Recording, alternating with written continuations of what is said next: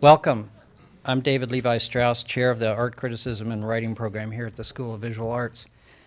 I'm not Ramon Fernandez. So, why do we all read Peter Schjeldahl? Well, yes, location. He's always there at the back of the book, beckoning. It's why so many of us read The New Yorker from back to front, because we can't wait. We read him to check ourselves, to compare our responses to his, and to be either confirmed or upset. He's certainly an authority. I mean, someone is writing these things and making the decisions, but he wears his authority like an item of clothing that someone's just handed him, and he might pass it on to you or whoever at any time. This puts him in the position of having to make it up all over again every time. So he approaches any work of art as if he's seen the work of art for the first time, fresh, in an unauthorized way. This is exciting to a reader. He wears his breadth of knowledge and concern for the big questions about art and life lightly, and tosses off insights as if they were free and available to all. There's a politics in that. But I think it's primarily something else that makes us all read him. I think it's the appeal of a real sensibility condensed into sentences and phrases that give pleasure in their enactment and decisiveness in an otherwise confused and confusing position, being before a piece of art today. Like this. Is it just me, or have the old masters got younger lately? Or this on Pipilotti Wrist. Imagine, as Wrist makes easy in the show's main room, being a sheep in a lush meadow entirely surrounded as far as you can see by what you like to eat. Life surely vitiates such sublime contentment most of the time, but numbness to it seems an optional tragedy. Or this, on Martin Ramirez. Art to be recognized as such requires grounding in both individual biography and common culture. What can we do with and about the rush of pleasure and enchantment that the unlicensed genius of a Ramirez affords? I recommend taking it as a lesson in the limits of how we know what we think we know. Unable to regard such works as part of art's history, we may still have it be part of our own. Or this, how good was Picasso? The best anyone could be then, and unlikely to be equaled anytime soon. We read Schjeldahl because he's one of the best there's ever been at making sentences before or after art that detonate behind our eyes. Please welcome Peter Schjeldahl. Made it. Thank you, Levi. That was great. And happy coolish Thursday night in New York. I've always liked those. When Levi asked me to do this lecture months ago, I said, well, I don't really lecture. I just kind of wing it. But he gave me too much time to think about it, so I started writing things down, and I've been rewriting it constantly ever since. And rewriting for me is a matter of cutting and condensing. So it has reached a state where it's about as light and airy as a cinder block. And really more like a speech than a lecture. I've never understood lectures. Maybe because I'm a college dropout and I slept through most of the ones I went to. It always seemed to me that they're kind of like lectures are combinations of sloppy writing and tight-ass talking, and I can understand writing, I understand talking. So I think this is what I'm going to read, and I'm just going to read it, is more like writing, so it's kind of unfair to talk it. But we will get through it, and then we will have, I hope, questions, comments, a conversation. That's always my favorite part. Of ourselves and of our origins, subjects of art. The lecture's main title will explain itself later. As for subjects of art, I don't know what that means.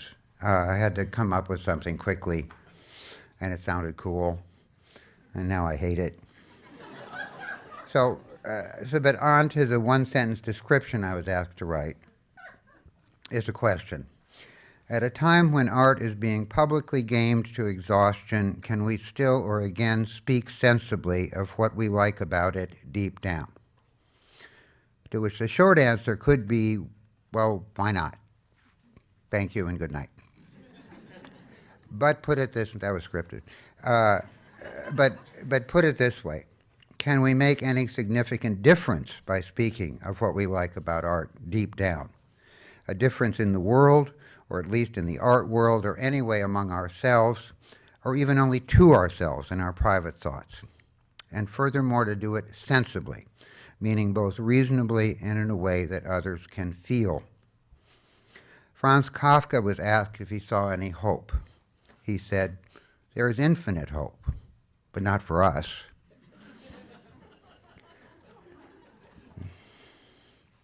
The long answer to my question is not really, things being as they are.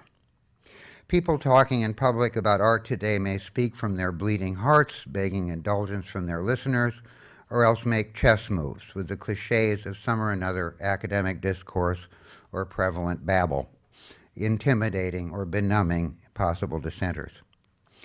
But it seems to me, and I won't try to prove this, so you'll agree with me or not, it seems to me that our culture's bridges between individual experience and shared meaning are pretty thoroughly blown up. We can look at the river, the current of current things and current events from one side or the other, from the heartfelt or the rational. In between, we're all wet. Some of us try to produce exceptions to the rule, and maybe sometimes we do, but they never seem to catch on or go anywhere. However, we can always do our best with what we've got. I suggest starting with a pronoun that I'm throwing around, we. That's a dicey word in a democracy. It presumes an agreement where none is proven or can be proved without taking a vote. In critical writing, it's a rhetorical stratagem, a seduction with aspects of being a fantasy and a trick. But when a writer gets away with it, that is, when readers don't think to object, it is kind of sublime. It has interesting powers. I'm going to talk about it. Pronouns are the little locomotives of rhetoric. As an I type of writer, I model my experience, inviting you to try it on and see if it makes you feel slim and attractive. I use you a lot, too. Some writers still use the politely formal pronoun one to rope in the reader, but most of us prefer the pushier but bouncier you, at least here in pushy, bouncy America. When a writer folds I into you to make we, he or she projects a world of common values. Call it civil love. You've noticed that I just used the politic he or she. Call that civil justice. The we is make-believe. We, if you'll pardon the expression, do not inhabit a world of civil love. But guess what? We can pretend that we do.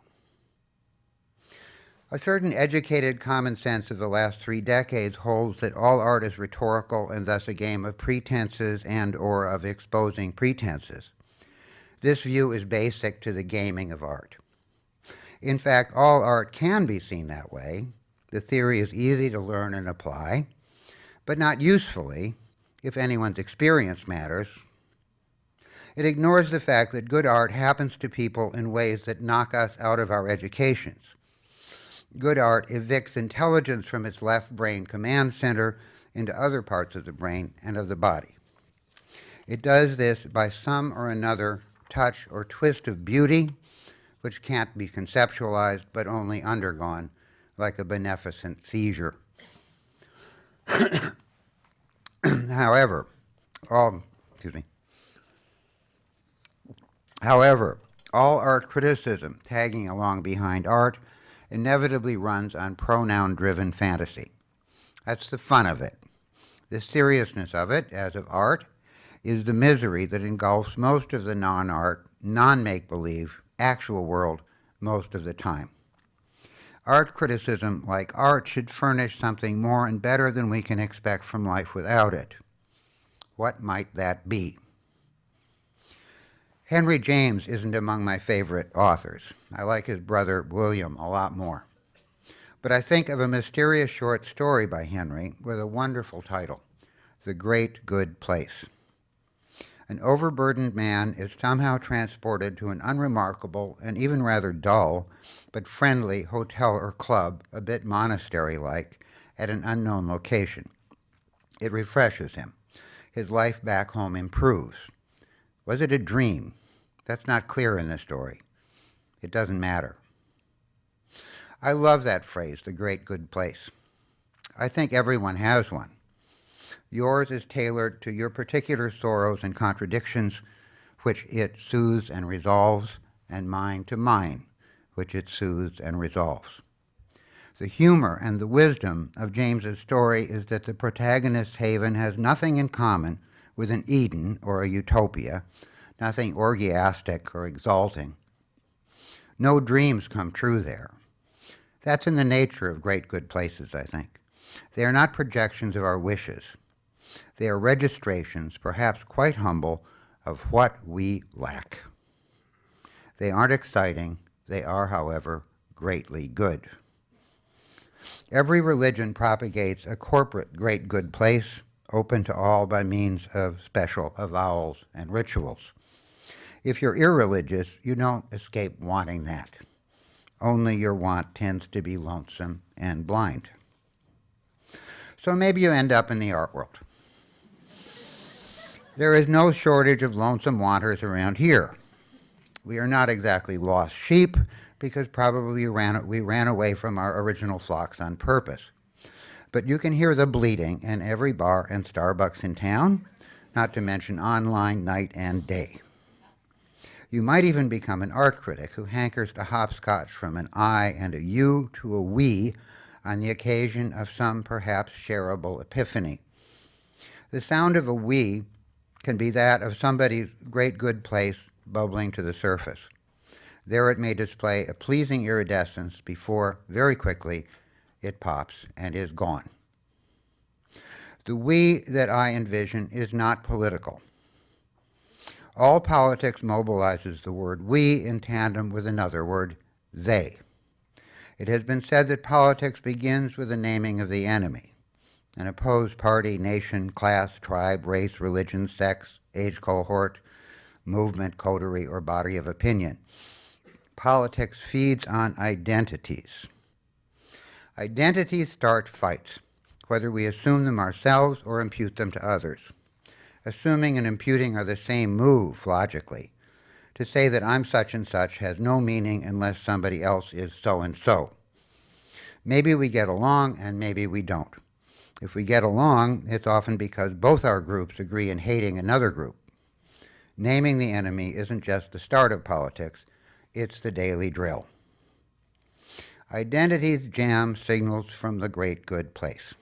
They forestall the best kinds of art and writing.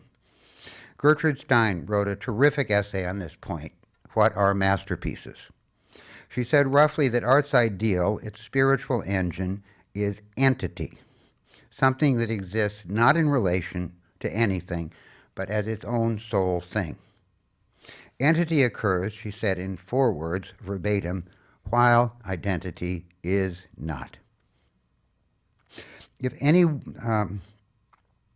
any we could form around that occurrence, it would be one that likewise stood on its own with no corresponding they.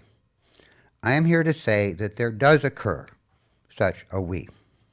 I bet you've experienced it, and that probably you're not sure what happened when you did. It's kind of crazy, this we. It is as fleeting and mysterious as certain subatomic particles. Why is that hard to say? Mysterious as certain subatomic particles.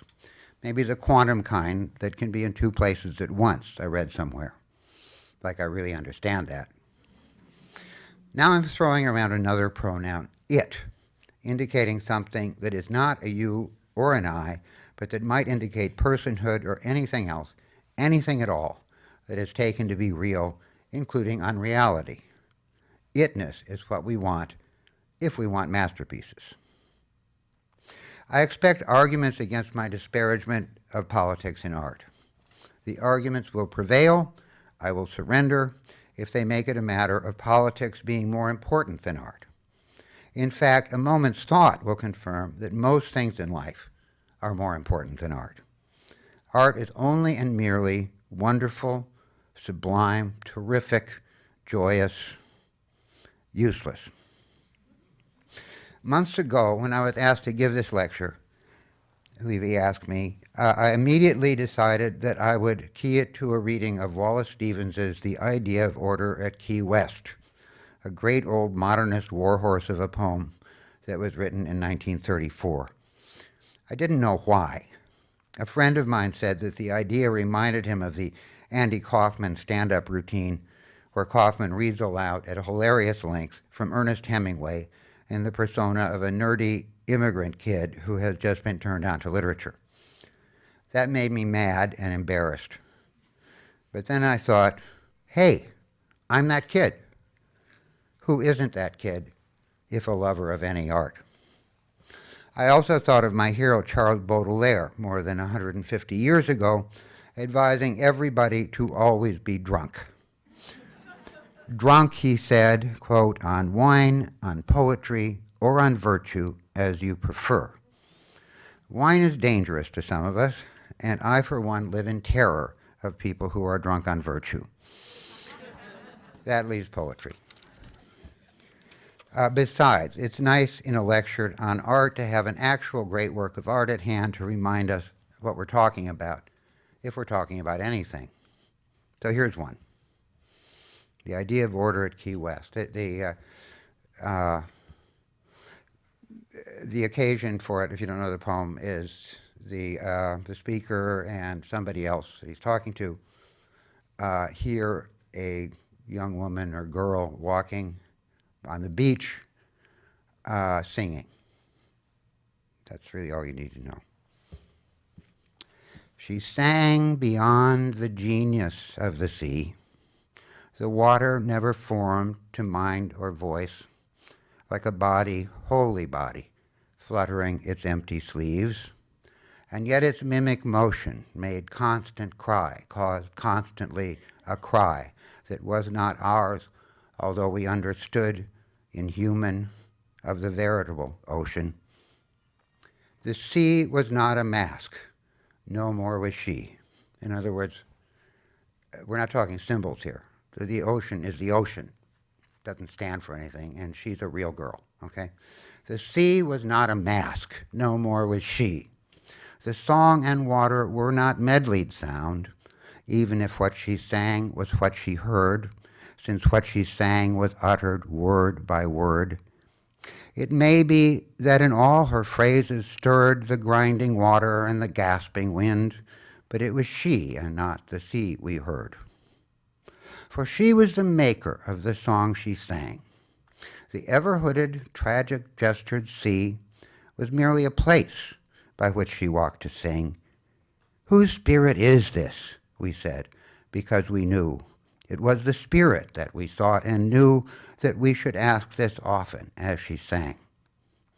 If it was only the dark voice of the sea that rose or even colored by many waves, if it was only the outer voice of sky and cloud, of the sunken coral water-walled, however clear, it would have been deep air, the heaving speech of air, a summer sound repeated in a summer without end, and sound alone. But it was more than that, more even than her voice and ours among the meaningless plungings of water and the wind, theatrical distances, bronze shadows heaped on high horizons, mountainous atmospheres of sky and sea. It was her voice that made the sky acutest at its vanishing. She measured to the hour its solitude. She was the single artificer of the world in which she sang, and when she sang, the sea, whatever self it had, became the self that was her song, for she was the maker. Then we, as we beheld her striding there alone, knew that there never was a world for her, except the one she sang and singing made. Ramon Fernandez, tell me if you know. Why? When the singing ended and we turned toward the town, tell why the glassy lights, the lights in the fishing boats at anchor there, as the night descended, tilting in the air, mastered the night and portioned out the sea, fixing emblazoned zones and fiery poles, arranging, deepening, enchanting night. Oh, blessed rage for order, pale Ramon. The maker's rage to order words of the sea, words of the fragrant portals, dimly starred, and of ourselves and of our origins, in ghostlier demarcations, keener sounds. Not bad. Let's see. I think it's safe to say that nothing in recent writing or art reaches that level of beauty and intelligence so confidently, let alone with such total mastery of form. Iambic pentameter laced with dactyls, a la the Iliad and the Odyssey, and intricate webs of rhyme, but almost conversational in tone. I wish that more artists and writers were still or again actively envious of greats like Stevens, but it seems the creative envy at that altitude is beyond anybody's capacity now. Artists and writers are not at fault. You can't play a hand of cards that history hasn't dealt. Stevens, like his contemporaries William Carlos Williams and Hart Crane and Marianne Moore, was dealt kings and aces, an imperative to Americanize modernity and to modernize Americanness, full blast, right away. Abstract expressionism and then pop art did that with painting, and jazz and blues, and then rock and roll did it with music. Watershed moments like those don't happen very often. Lots and lots of good art is being made today. It's just not good for an awful lot that matters in the reality-altering way that great art seems to. This is even more the case with criticism. The present sheer quantity of smart art writing is unusual in my lifetime. But similarly, the writing is not smart about very much. Critics now are good at answers. We're just short of good questions. This is a matter of how the world is. The world isn't raising questions in forms that individuals can very well lay hold of. We might conclude that the world hates individuals, but that would be to flatter ourselves. The world doesn't care. I would like to be proved wrong tomorrow when I come across a new writing that is brilliant in itself, compelling in its comprehension of our lives in common, and suggestive of fruitful attitudes and actions, a game changer. But I won't bet on it. Our part of the world is droopy these days, isn't it? Prevalent are moods of frustration, senses of insufficiency, and piled up disappointments. The worst thing about this is that it conduces to despair, which conduces to bullshit. Bullshit is a time-honored way of filling voids of meaning and of getting by in life by getting over on people, because who cares? I would like to think that some of us care, or at least might act as if we care, and see where that goes. Call it moral make-believe. Make-believe has nothing in common with bullshit, by the way. It requires absolute honesty. Ask any little kid. Here I shift gears from philosophy to rant. You know poetry by how it sounds. You recognize bullshit the same way. Among excellent younger critics now is Ben Davis. He recently diagnosed a telltale language in today's run-of-the-mill art criticism. It's a reflex to characterize and even to congratulate new art in terms of what, and I quote, it is responding to, being interested in themes of, reflecting on, being concerned with, and I would add, interrogating, challenging, subverting, and so on. Mental monkey tricks. And then there's that horrible word. I wince every time I read it, and I read it a lot lately, practice. Artists don't create artworks any longer. They have practices, like dentists, only less honorably, or like musicians trying to get to Carnegie Hall. When do you stop practicing something and do it? These lines of bullshit perform obvious social functions. For example, they posit tidy professional communities, identities based on job descriptions, in which everybody is busy with his or her little practice or with commenting on each other's practices in little ways. Cynicism has gone so far as to come back around as weird innocence. Nobody here but us practitioners. Pity us, invite us to your parties, hire us, extend our grants, give us a kiss. Amidst the industrious hum and chatter, it's unlikely that anyone contemplates someone singing by an ocean, unless during a rock concert at the Jersey Shore. Not that there's anything wrong with that. That didn't work. To beat up on a specific example, we live in the age of an educational abomination from hell, the artist's statement. An artist's statement is a clump of required thinking which purports to be about the inspired doing of something, but which replaces it. The art-schooled arts world is mad for intellectual hooks. These leapfrog from an idea, sail clear over the sweat and bother of actual creation, and land in forensic analysis, which some dismal pictures or objects have been ginned up to illustrate. A hook may get you into the art game. It will also digest you. You will then be excreted out as best as fertilizer for next year's crop of artist statements. More likely, you will have been just another silly fart dispersed on the breeze. That worked. Attention artists. You don't have to say what your art means or even is about. Furthermore, don't do that. It's my job. You make the stuff, let critics talk about it. Making is superior to talking, so you have the better end of the deal. I try to be big about that.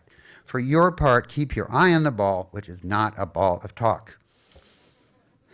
Because this is SVA, most of you are artists or friends or lovers or family of artists, or teachers and critics, or perhaps poets, or otherwise involved.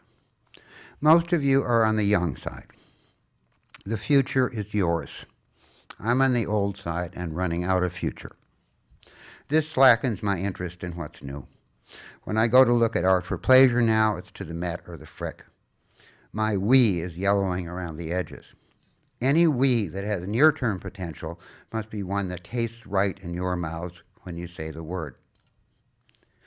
To conclude on the main point, ourselves and our origins, the origins of a we that is worth some dedicated pretending. I am not speaking for artists here. Any artist who makes a difference constellates a we but doesn't belong to one, except in the occasional lightning strike way that I've argued for. He or she skips past personal pronouns to itness, to entity. A test of success in a work, a test of success of a work in the mind of the artist who has created it is that it feels strange. It is a new fact in the world whose value, if any, other people will decide. Perhaps they will still be deciding when the artist is dead. I saw recently where Bob Dylan was buttonholed by a fan who enthused, "You changed my life." Dylan said, "What the fuck am I supposed to do about it?" That was bad manners. It wouldn't kill Bob Dylan to say thank you, fake it a little, But his point is impeccable. If you're an artist, you don't start the morning by saying to yourself, "Hey, think I'll change some idiot's life today." You work. To be really good at anything, assuming that you're talented, is to work harder and longer with more ruthless honesty and discipline than other people could do without bursting into tears. Your secret is that, hard as it may be, it doesn't feel like work to you. It feels normal, like eating and sleeping. You are not about to hand your own life over to anybody to change or to not change, though you might wish you could. And you positively do not accept responsibility for the lives of your audience. That's not good for them, and it is a day-spoiling pain in the ass for you. So as an artist, you're lonely. You know the fragility and vulnerability of your great good place. but you lean your whole weight into it anyhow. Along with wanting fame and money and sex like everybody, you want to slip that place into the map of the world to make the world a little less wretched to you. Even you'll go without the fame and money and sex parts.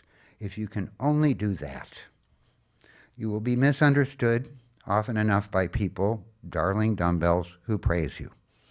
Be kind to them if you can. That's the deal. No one said you were an artist. You said you were an artist. You asked for it. No whining. Thank you.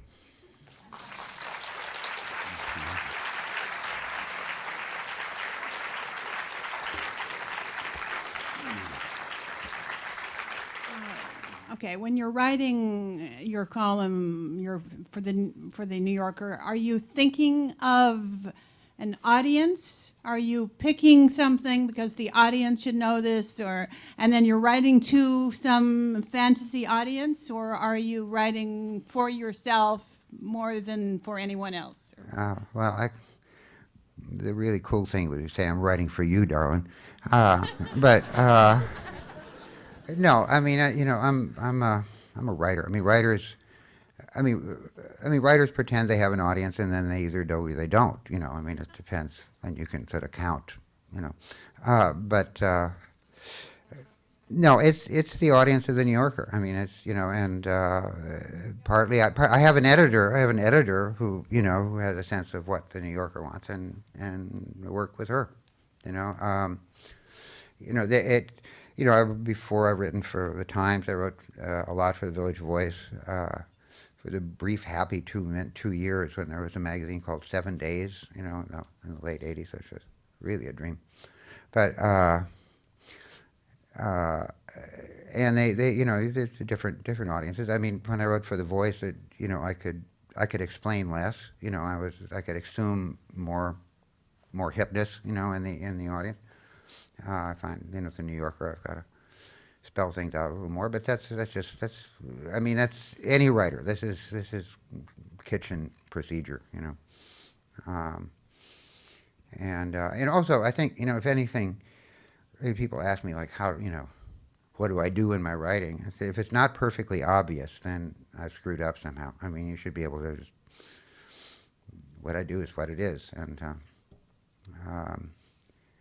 it's my mother, who's 92, says that she doesn't always understand what I say, but she likes it.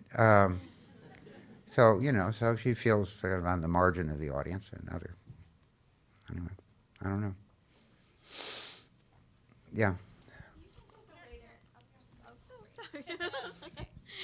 Do you think there's a way to extract the terminology that you spoke about, that Ben Davis kind of illuminated? Do you think there's a way to get away from that terminology when it's so a part of especially young contemporary art practice? Well,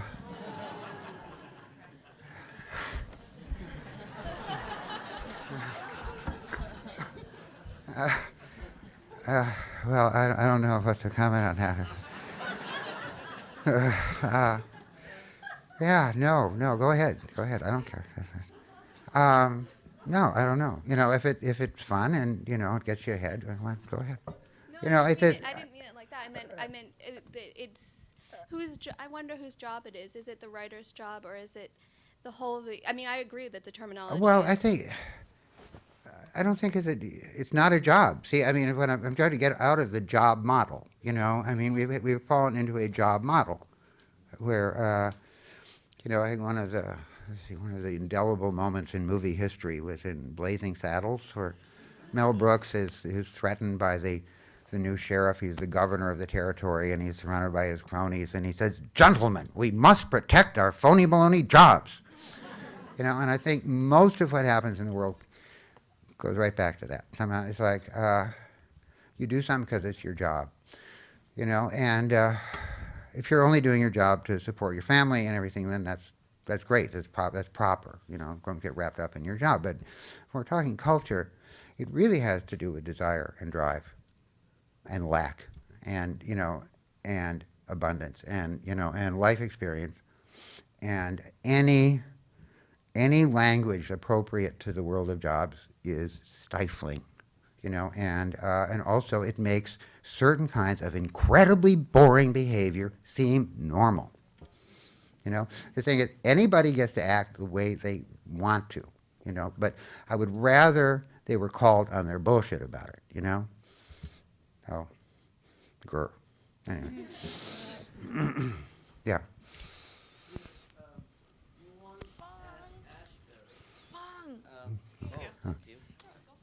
Peter, you once told me when you actually asked John Ashbery, whom for the longest time managed to write poetry and art criticism at the same time, and you asked him how he do it, and he said it's like television. There's always something going on. Yeah. And it's really two questions. One is that, what did your experience of poet inform how you write criticism, Your and poetry? and the second question is, Peter, whether you still write poetry. Well, that was something. I'll repeat that. It's like the most heartbreaking thing. I mean, Ashbery's a genius. He's like the finest manipulator, player with the English language alive. Was asked how he could be so prolific, and he said, "Well, it's like television. There's always something on." And for a poet waiting, months for an inspiration and doing drugs and having, unwise relationships. I mean, that just, hell with it. No, I came, I did drop out of college, and I came east from the Midwest as a newspaper reporter and a poet. And I, landed in New York on the Lower East Side. I had not to this day taken an art course, which, gives me a sense of bravado and defensiveness. I don't know, it's between, in the 60s in New York, all the poets wrote for ARTnews at a time. That one-sentence reviews. They reviewed every show in town, including vanity galleries. I mean, they stopped at poster shops, okay? So I would write like 30 reviews a month, one sentence. You can conceal your ignorance in one sentence, and $3 a pop, I think, and that was a good wage. I had an apartment on Avenue B, 4 rooms, $40 a month, and 4 burglaries a year. So. But that's not a line I'm using for the first time here. But where did this go? Anyway, I was a poet, and I was on that scene. And as people kept asking me to write art criticism, and that gave me little bits of money for it, and I drifted into the art world where the parties were much better, and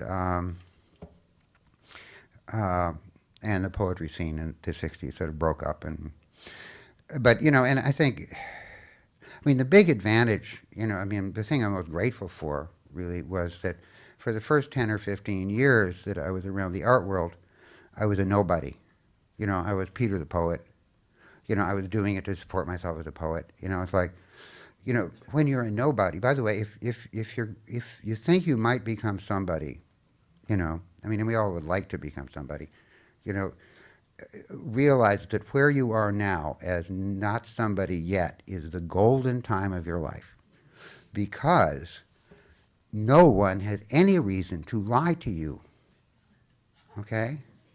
You hang out, you're just that person. Okay? No, I hung out with artists, drank with artists, slept with artists, and learned a lot, and then about the end of the 70s, I decided that, that I had been sort of second rate as a critic, and that I wanted to see how well I could do it and let the poetry take care of itself, and the art criticism ate the poetry, and I haven't written any now for, close to 25 years, and so the world has that many more poems to not, many less poems to not read than it would have if I had continued. Actually, I get a sense that poetry is kind of getting a little traction again. But sure, I mean, my heroes were the poet critics. I mean, it's the Baudelaire. He's my big brother. If you have any arguments with me, you're going to have to take it up with him. And Apollinaire, to some extent, Frank O'Hara, very much. But I was in world of actual magazine journalism, and being the art critic on papers and magazines that weren't art publication. I mean, I did all the art magazines too, and I was an editor at Art America for a while. But anyway, I just think I don't know quite what your question was, and I think I've surrounded it, and but we can get back to issues if you want.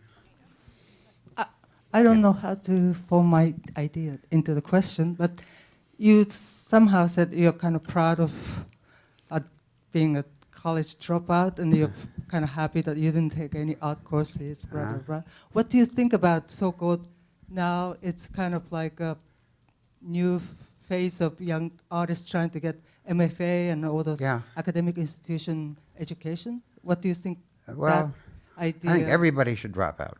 I think the school burn down the schools. Okay. No, I don't know. I mean, the thing is, also it was the '60s, when we were incredibly naive, and when America was like utterly prosperous. The idea that, you'd ever go without a meal, is like, By the way, one of the tricks in the '60s we learned is that the absolutely, definitely sure way to get some money is to wake up in the morning with none. I mean, none.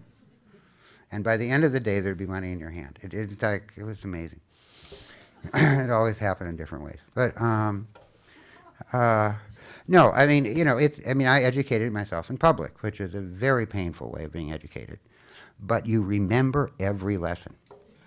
I mean, I like to say that everything I know about art I learned on a deadline. So I mean, in school they screw off the top of your head, they pour stuff in, whether you want it or not, and it's because it's like for a rainy day, something, and then it never rains, it snows. Well, now what are you doing? But as my model of education is more, I'd like to distinguish it from sophistication, which is sophisticated knowledge is knowledge you have at the moment of needing it, of having a use for it, and either because you can summon it out of your memory or you know where to get it, and so there's no extra. I mean, so I started by learning about things sort of by patches, and over the course of, holy smokes, 45 years. The patches kind of fill in and you get a quilt, but there's still some holes in it. But now with Google, that's no problem.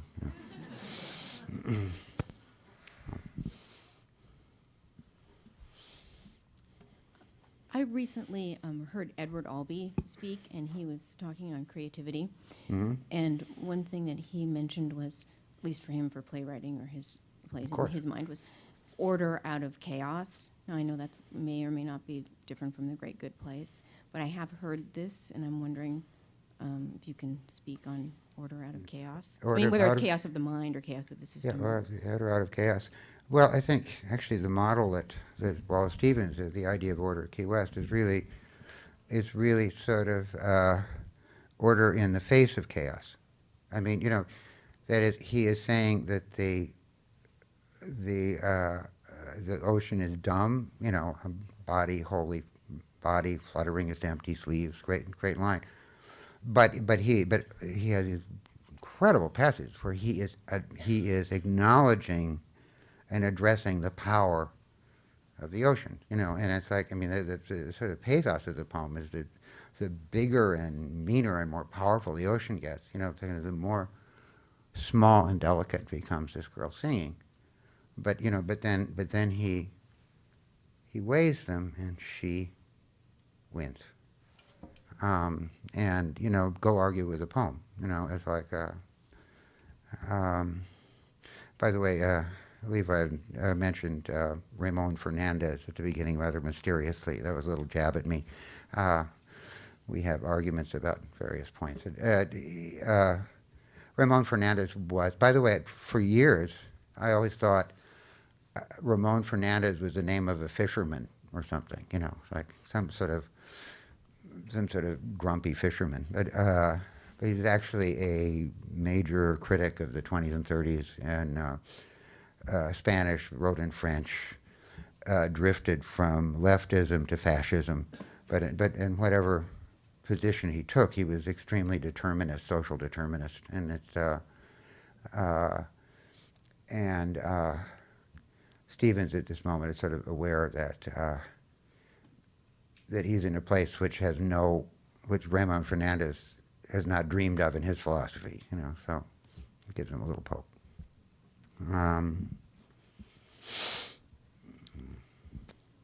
Let's see, what was the question? Oh, well, I have a question. Okay. Do you make any distinction between art criticism and art history? Oh yeah, art criticism and history, sure.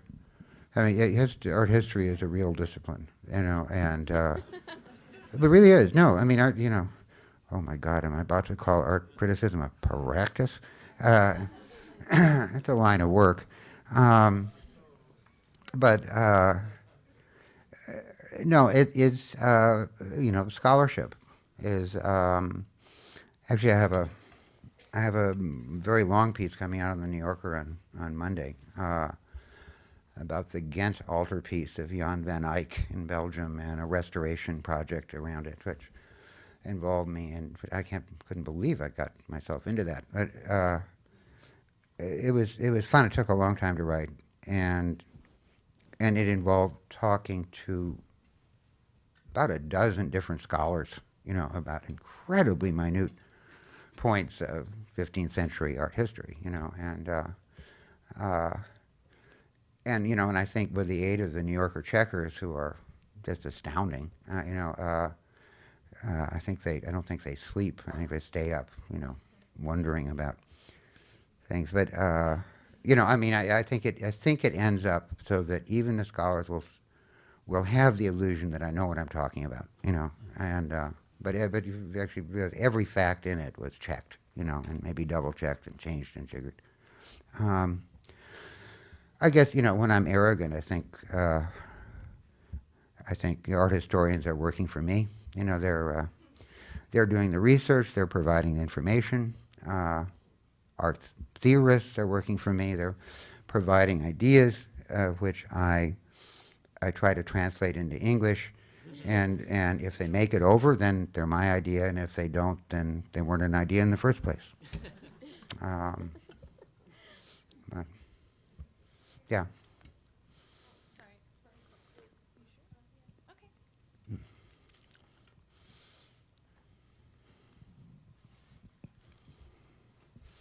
Okay, so I'd like you to continue. I mean, my question has to do with this thing you've been talking about with artist practices and with professionalization of the art world.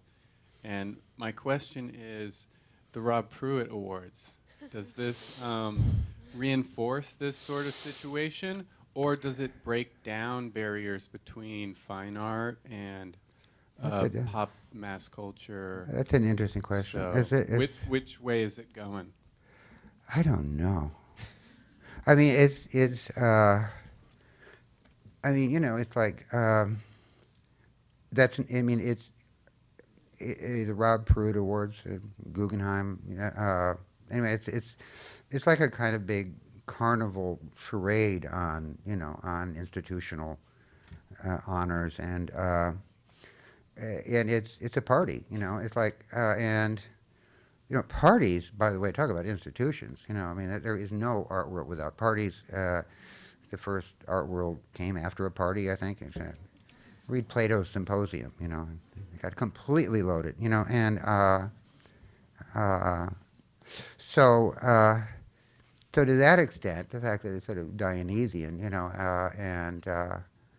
and it's funny, that'd be for that. It also, I don't, I mean, it feels a little complacent to me, it's like,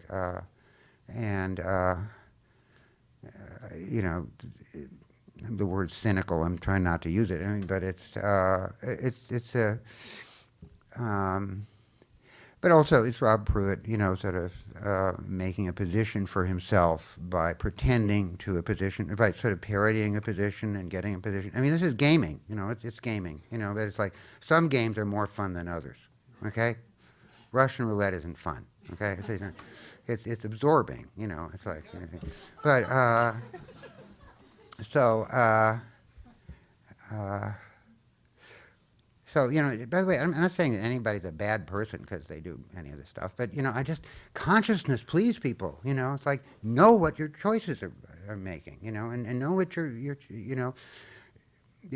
know what you're scared of, know what you're scared of, it's like, freedom, security, right? We both want both of them in different ratios, and if you, but what a real artist is someone who's going to essentially trade in most security for freedom, because it works better that way.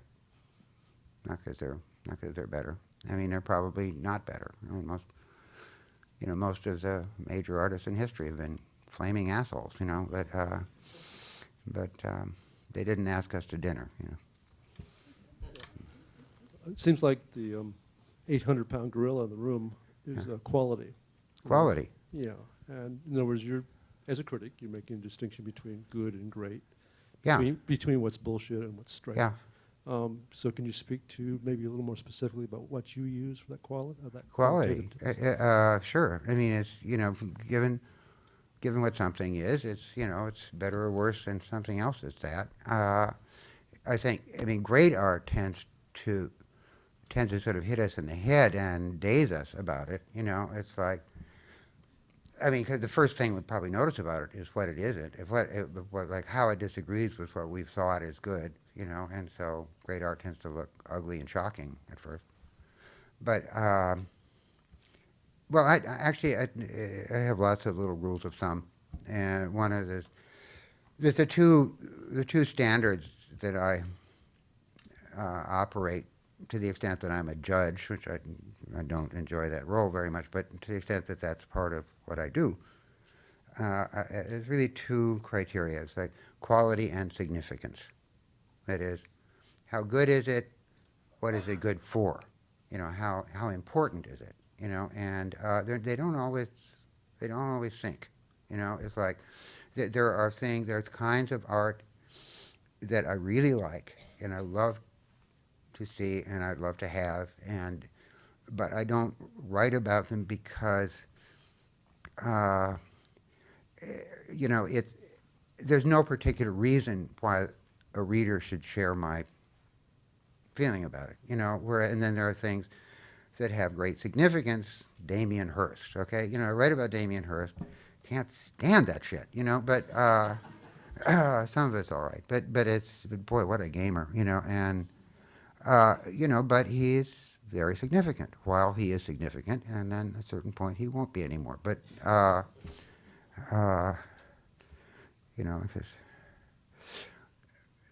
the biggest, the surest way to fail, by the way, is to be a really huge success, and then even if you're good, by the way, this is New York. We're always welcoming people coming up, and we keep clearing the top of the mountain by knocking them off after they've been there for a while. So that's efficient. It's it's the jungle. It's cool. So, where do we? I'll let the mic. Raise your hands to the microphone, people. Oh, I don't know how to say this, but I just want to thank you for validating what I'm feeling about my own art practice. After going to the Abstract Expressionist show, the question is, how to survive as an artist in this atmosphere. you know, after, I feel like I'm in a crisis right now because I feel if I can't write about my art, I Don't. won't. Why should you write about your art? I've never written about my art, Yeah. but I feel like I'm not, I want to get, you know, I'd like to get a residency, for example, but I've got to write about my art Okay. to do it.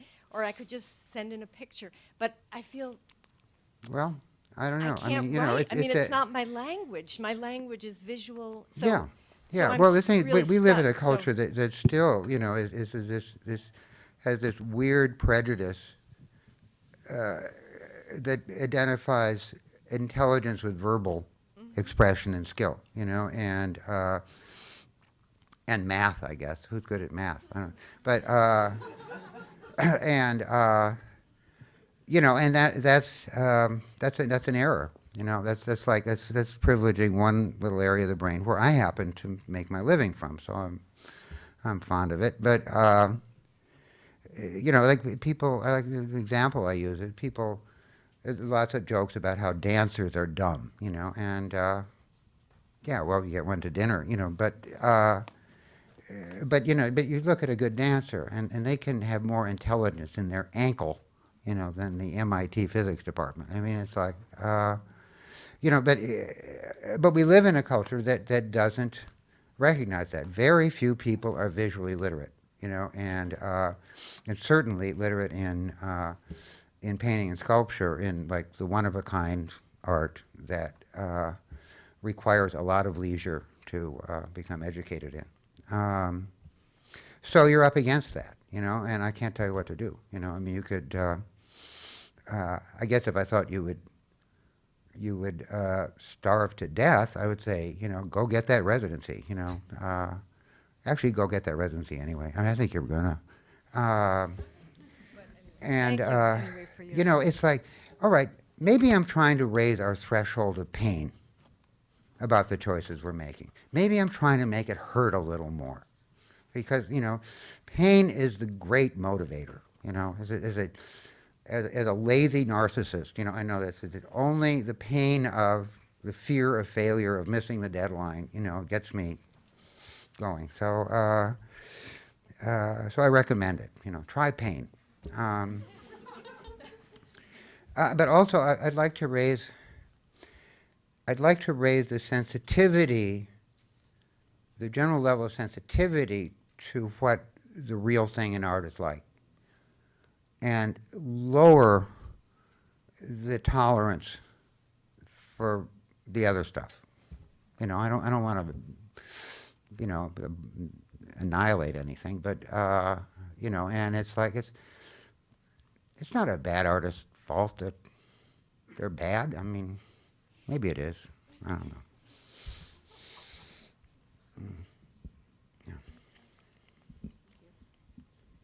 I was just wondering if you could say something about curatorial work and if you think it's an art form. What kind of work? Curatorial work. Curatorial work? That's a job. It's an important job. Gosh, that's a whole big subject. I mean, there have been times, I think, by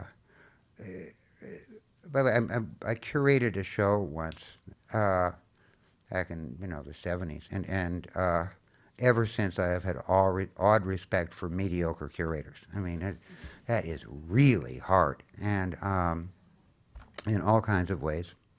I think that, you know, in the 70s, by the way, when the market was flat, whenever the market falters, curators get more powerful, you know, and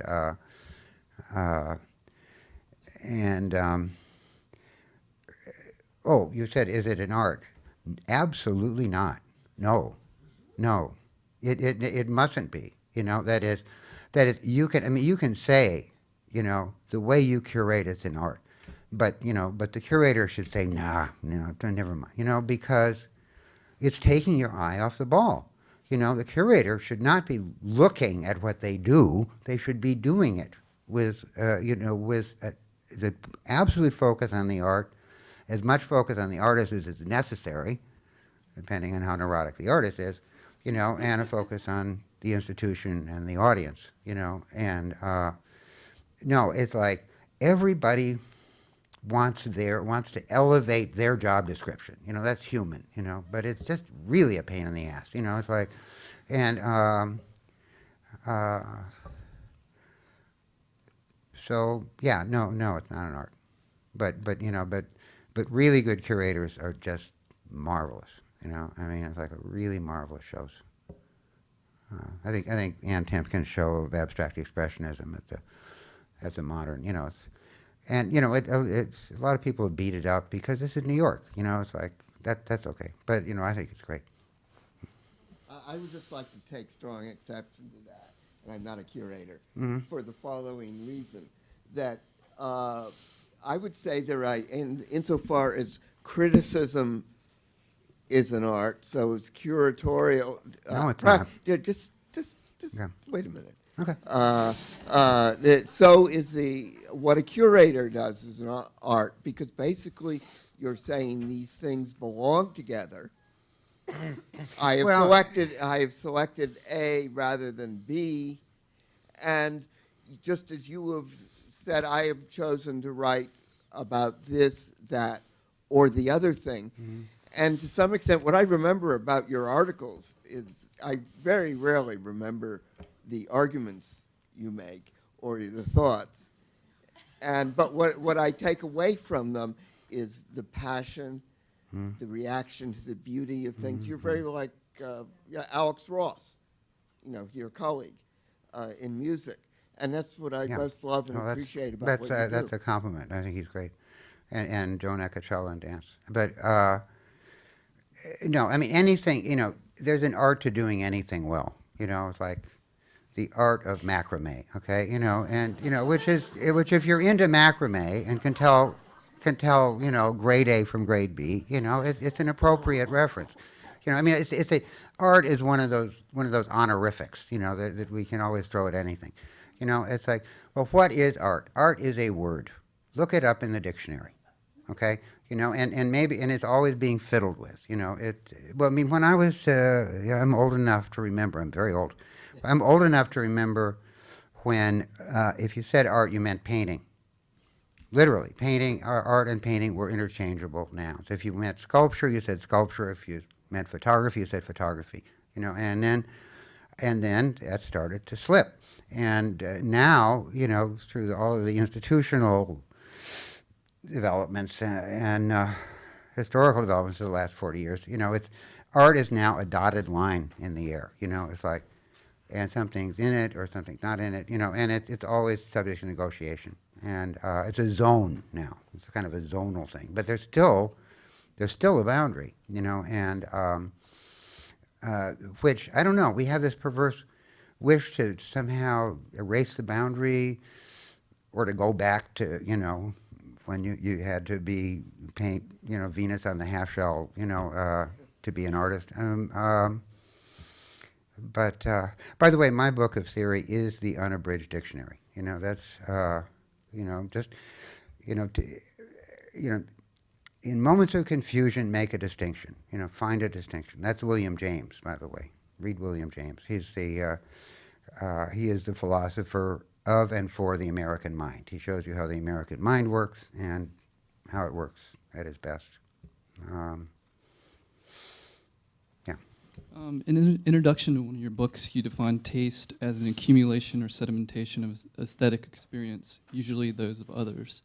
And it's something that sat with me for a while, and I just wonder if you could talk a little bit about well, the second part is kind of a joke. I was asked what taste is. And I said it's a residue of aesthetic experience, commonly somebody else's. But you know, and I think. And there is that, but it is, and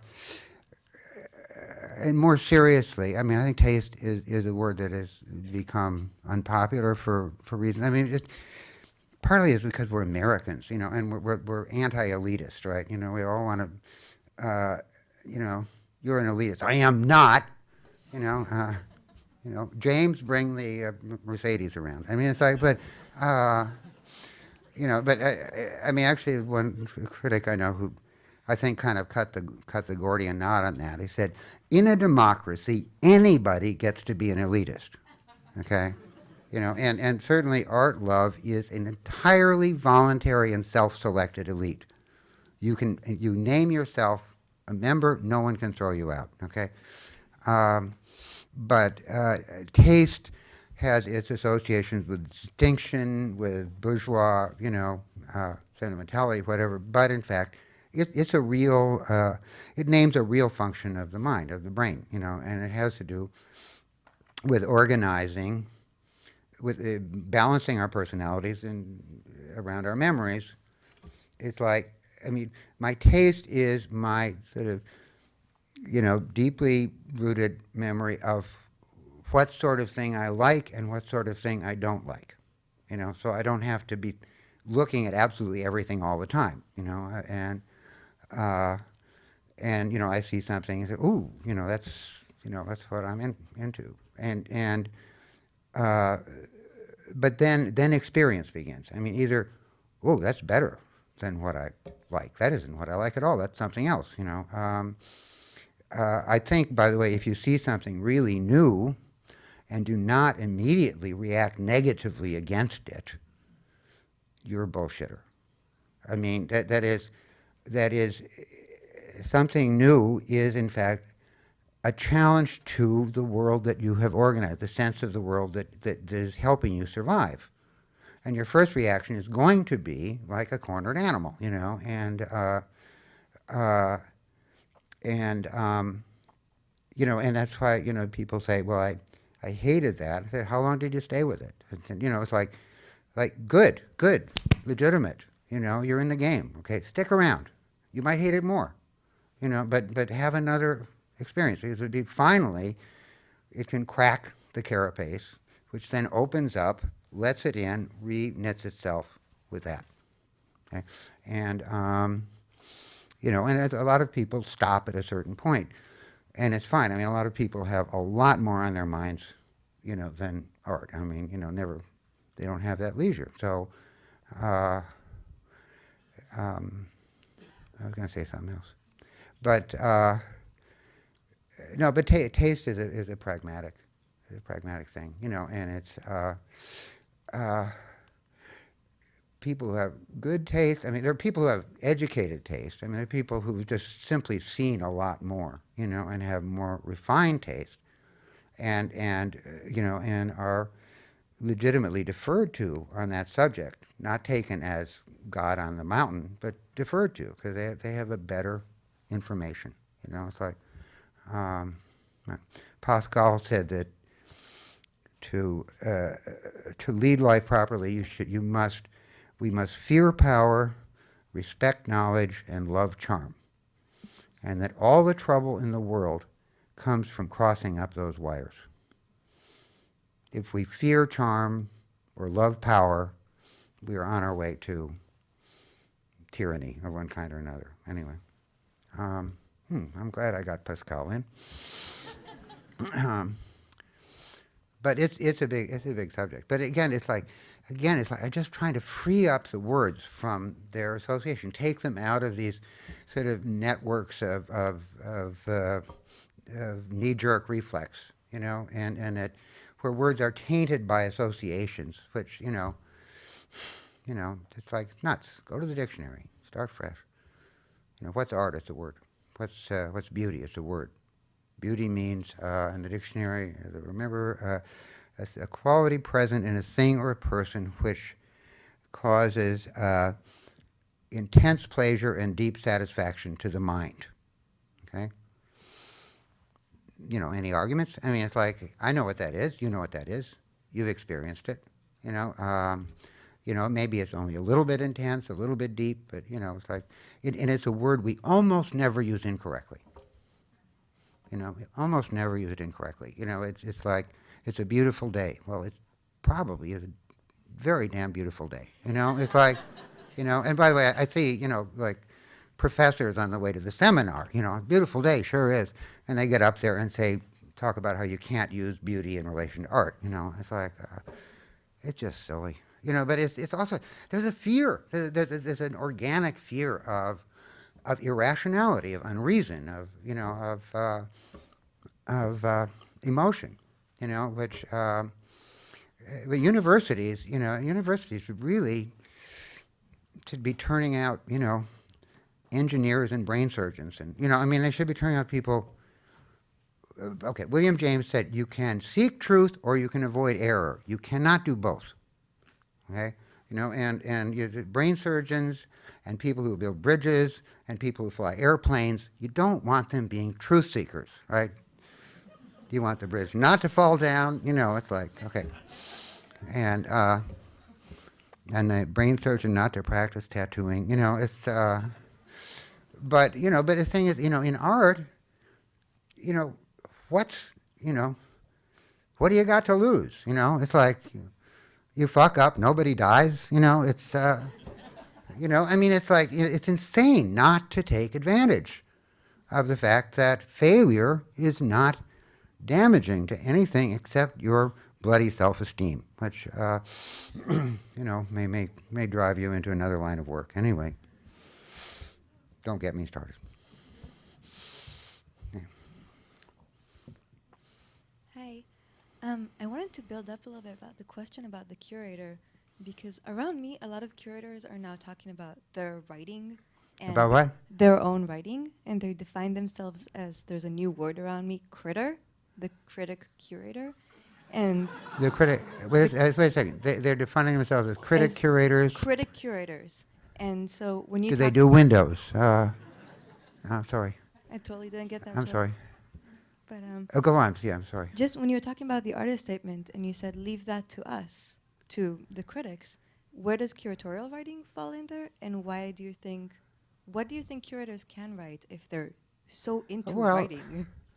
I think writing is for curators is. I guess I'm trying to think of a curator who was a great writer. I don't think that there are curators who are very good and clear writers. I think it's kind of instrumental. It's part of the introduction to the. But I think it's really their sensitivity to the art and to the audience and to the institution. It's very unusual that anybody is really good at more than one thing. I think there was the Renaissance. It was like, I guess the Renaissance was probably small enough that it was like a farm where you have to do everything yourself or something. Leonardo, but no, I don't. Again, I have. I don't know. I spent a week in Belgium hanging out with restorers of panel paintings. Of like 600-year-old wood. And boy, I was impressed with them. And panel like restorers are an aristocracy of people that you will never hear of unless they fuck up in a major way. Okay. And I don't think they're probably very well paid, but they, you can you give them the Mona Lisa or a Dürer, or in this case Jan van Eyck, and they pick it up and they feel it, and if necessary they go in with chisels and planes and as delicate as a feather, and ensure their survival. So it's. I guess relative prestige between fields is something I think is just really boring. I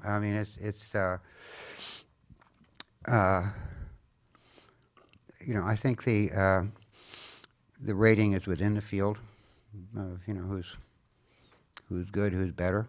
I think we do rate, we do judge. That's human. That's a survival thing too. And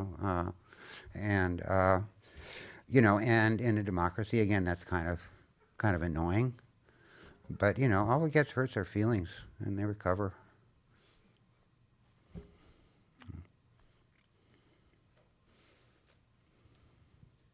I have a question about criticism. It seems as though it's evolved or devolved into two different camps, and that there's a criticism that really shies away from opinion, and then the other camp of criticism finds it vital to, for lack of a better word, the practice. And I'm wondering what you think criticism should do. Because I know this is a huge argument in the criticism field. Well, I guess, what I think it should be is what I do. I mean, you know, because otherwise, why would I be doing that? You know, if I always should be doing what I think it should. Anyway, but by the way, I think one of the great essays on criticism was Oscar Wilde's The Critic, His Artist, which is he basically says, actually he says a lot of great things. He says, you know, that what he said would, you know, that a man cannot do a thing is precisely what makes him the proper critic of it. That because anyone who does something, first of all, if they do it superbly well, they can't even begin to imagine doing it in any other way than they do it. And I think everybody else is an idiot. You know, that mediocre artists are open-hearted and fair to all their colleagues, you know, because they want everybody to just be a member of the club like they are. You know, that's really human, and you know, and it doesn't hurt anything. But you know, a great and serious artist is going to tiptoe from the room, you know, around that, because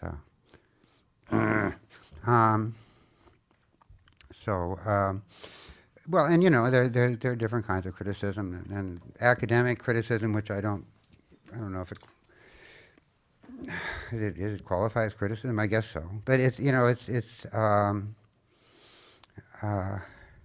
but you know, I mean, through the 80s and 90s, it was just, you know, absolutely rampant. I mean, you know, the Rosalind Krauss School, and you know, it's which is, and you know, I felt pretty bad because, you know, I was being treated as a water bug, but you know, what could I do? I just keep going. You know, and I think their legacy was a certain heightened level of sophistication in the gaming of art. You know, and I guess if, you know, I'm sick to death of the gaming of art, but if it has to be done, it might as well be done well. You know, you know, I don't think they were idiots. I mean, I think it was a power play. You know, it was like, I mean, you know, but that happened in the 60s was the big thing. I mean, where, you know, I mean, in the 60s when I came, there was a few galleries up on Madison Avenue, a few of them on 57th Street, and that was it.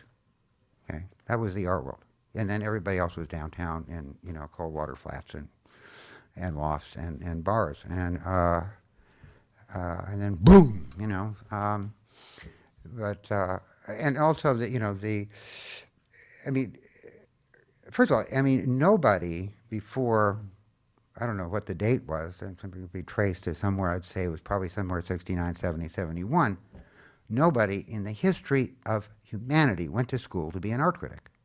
You know, it was really, like it was for me, it was like sort of, you know, stumbling out of, you know, disqualifying myself for every other profession in the world, you know, and, you know, and I tried to quit art criticism in the 70s, and I realized there was nothing else I do well in the world that they pay you for. So, and anyway, I feel incredibly lucky. I mean, you know, it's like, and also it's only, really, in America, only in New York or Los Angeles is it a viable profession. You know, the art worlds are too small, and I like to say that in order to be a full-out critic, you have to be able to make a new enemy every week and never run out of people to be your friend. Okay, so, you know, in St. Louis, you know, it's a month, you know, and then, you know.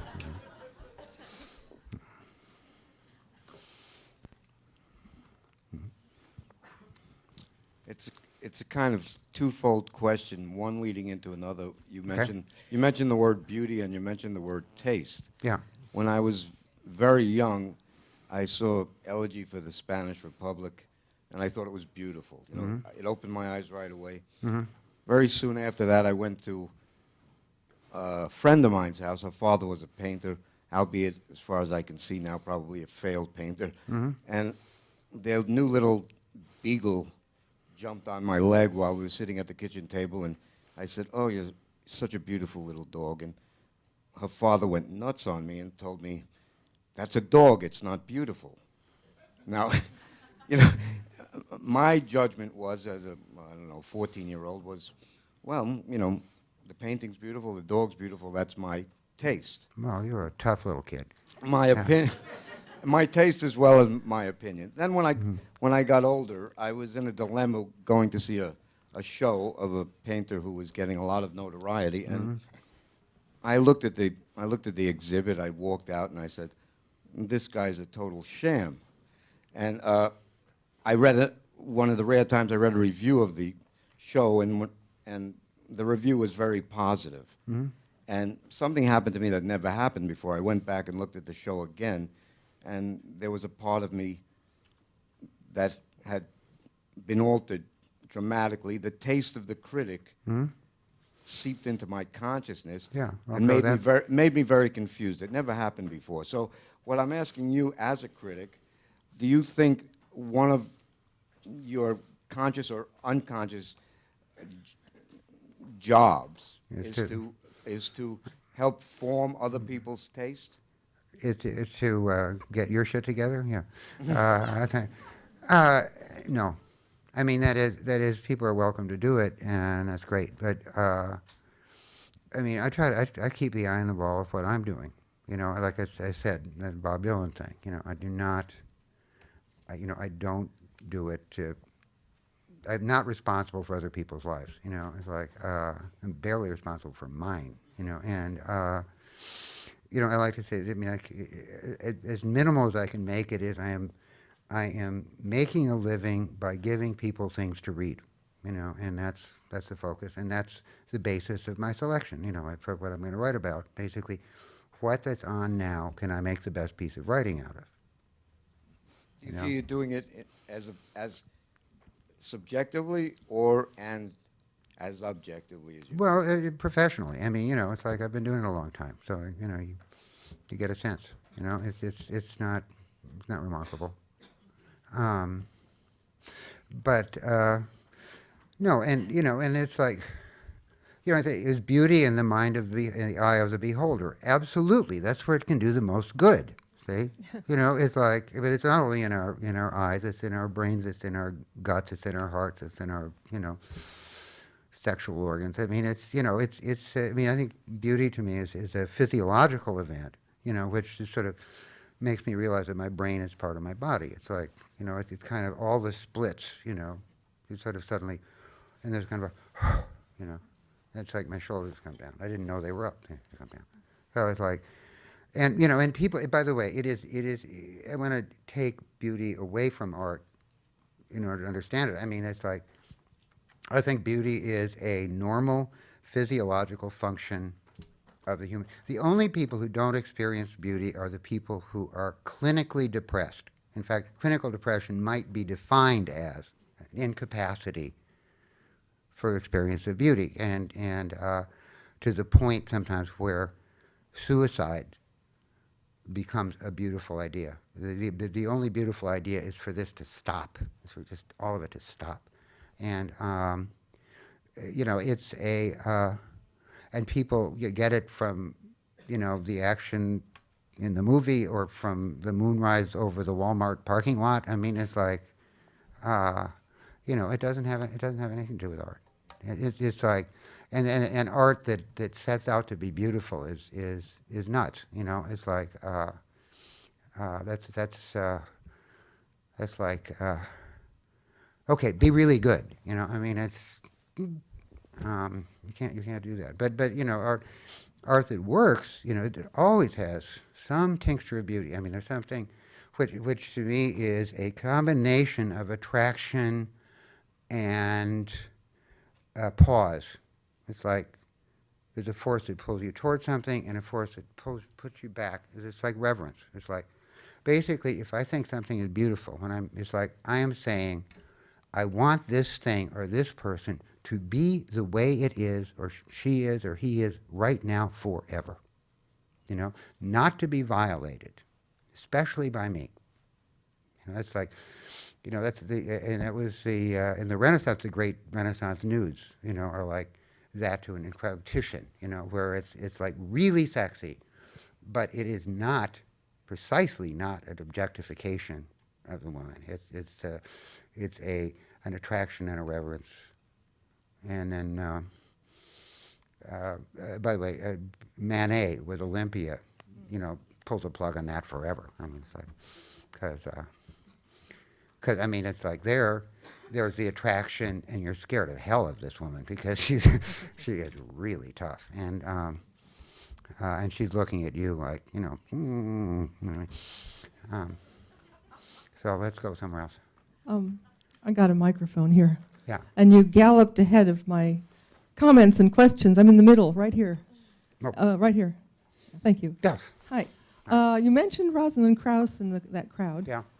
Coming in around 1970 or so. That's about when French structuralism hit the lit crit world. Yeah, tell me about it. Yeah, I know you know. And I appreciate so much your ability or your tendency, or your skill at direct observation, because you're not defining the world or the art through a screen of Marxist, feminist, Freudian, structuralist agendai.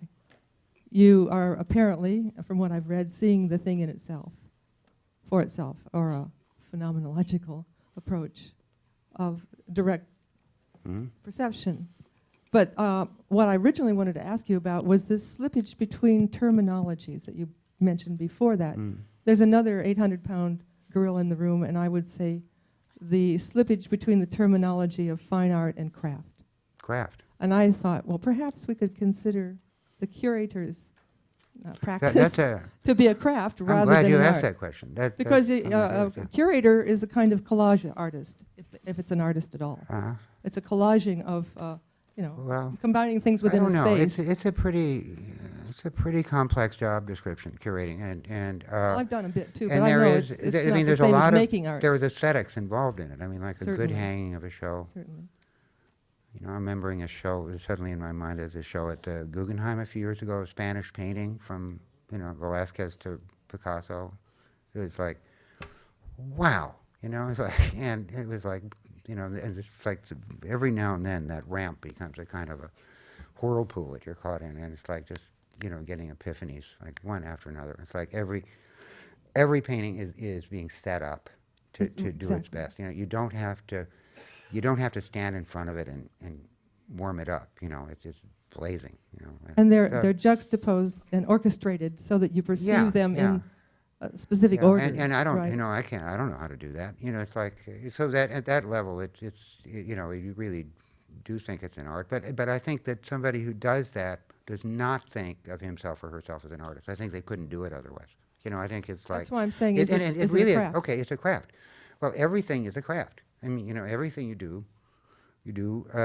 according to a certain procedure in a certain way. You're acting on the world, on something in the world, even in your head. It's you know, and you know, and I don't know where craft got such a bad rap. I mean, it's the thing is that, I mean, modern art, of course, complicated everything. But here's a rule of thumb.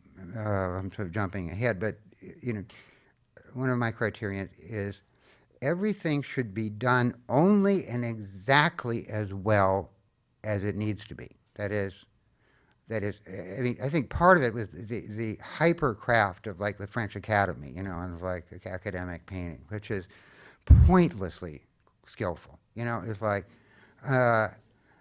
you know, I mean, how well something is done doesn't really matter if the thing is not worth doing in the first place. Okay, you know, and that you know, Demoiselle d'Avignon or Bonheur de Vivre, you know, by Matisse, I mean, introduced a level that was shocking in terms of craft.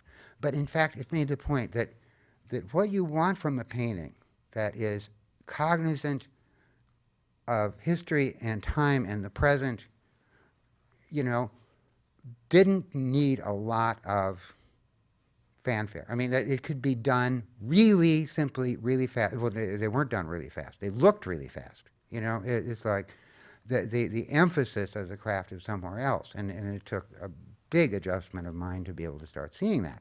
And yeah, but you know, it's that excessive quality is at least as vulgar as ineptitude.